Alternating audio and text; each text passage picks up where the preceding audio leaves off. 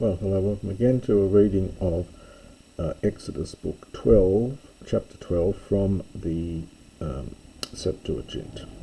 And I got up to verse 31. Kai ekalesen Pharaoh mo'usen kai Aaron nuktos kai apen autois.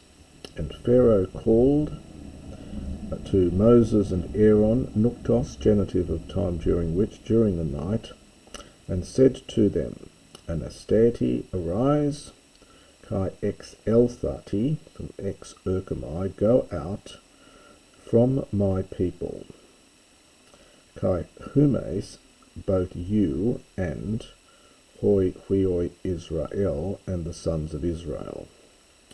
Badidzete, another imperative from badidzo, another variation here, to go. So go and serve, from latruo, Yahweh, your God.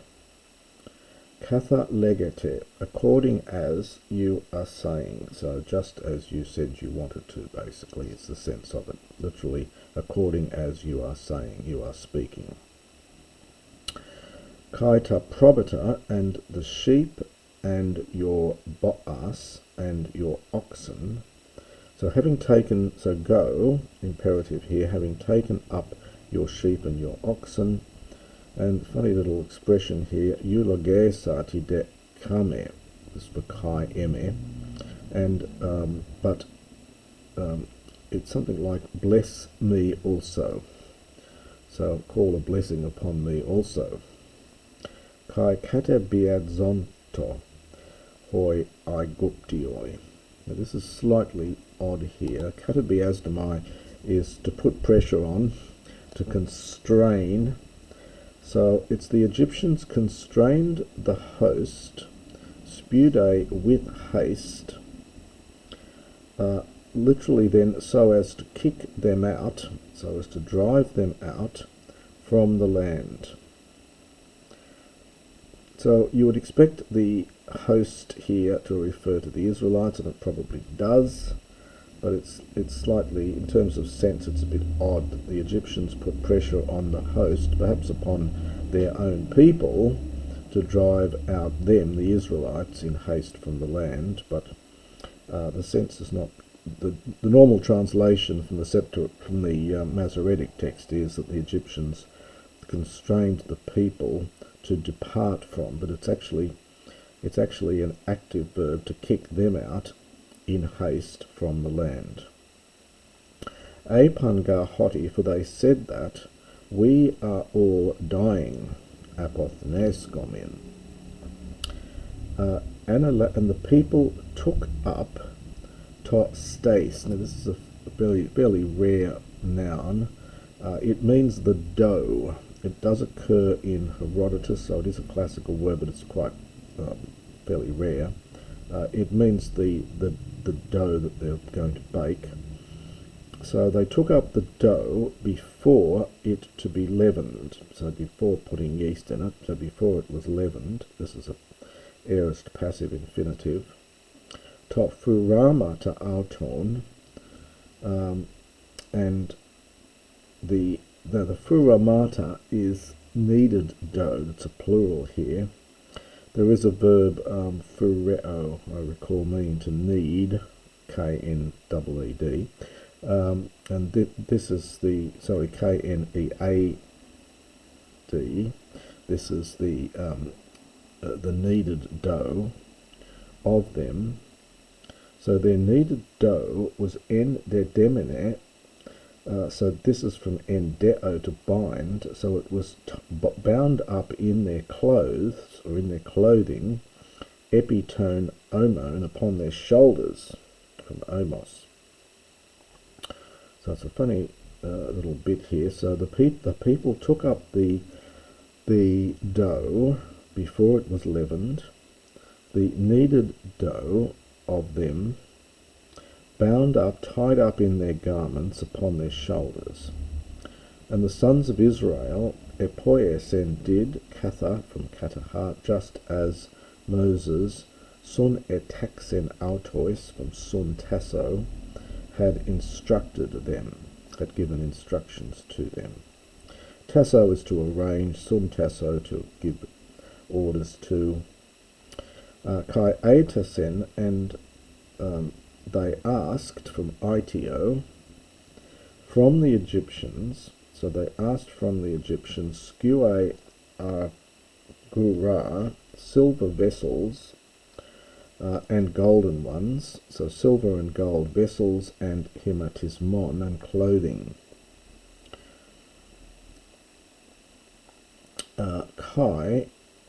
And Yahweh gave favour to his people in the face of the Egyptians, which is very odd given that they've just lost all their firstborn, but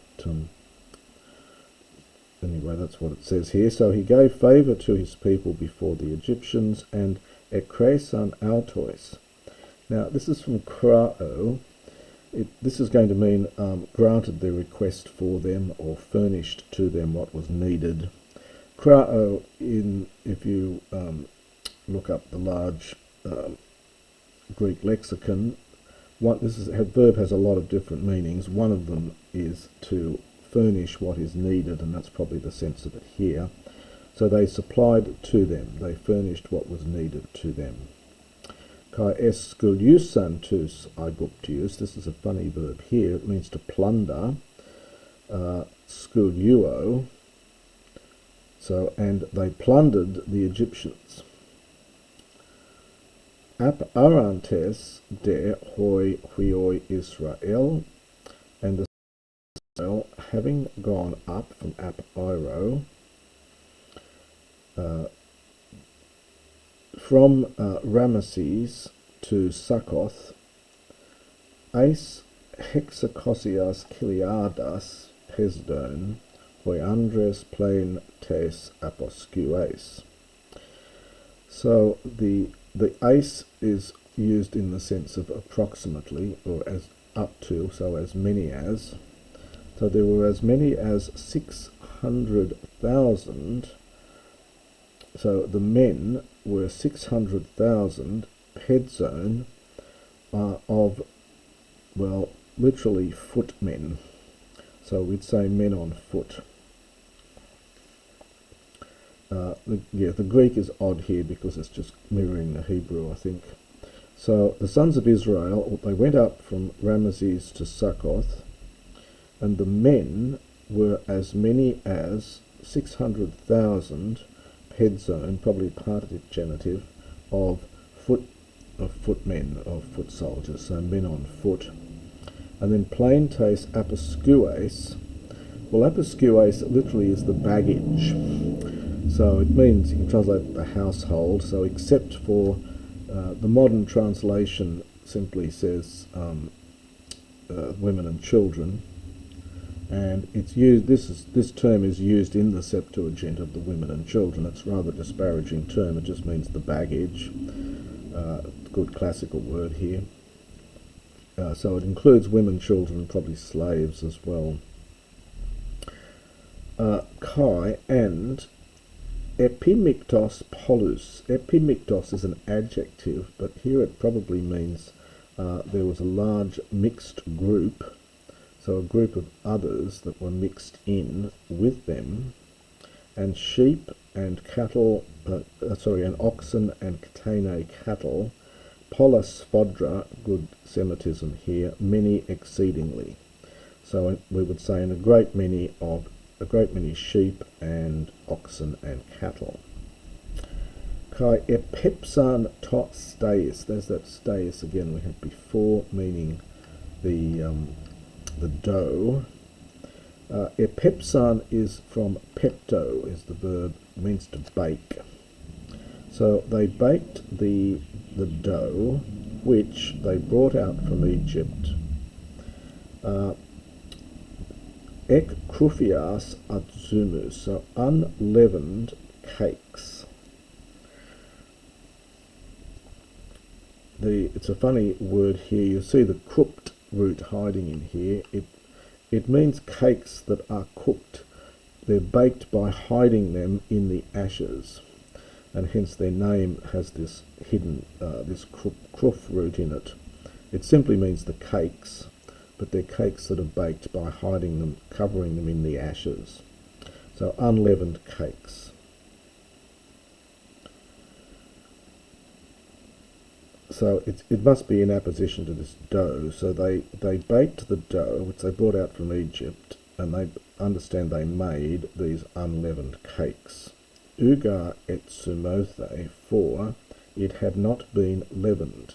They had not used any yeast in it.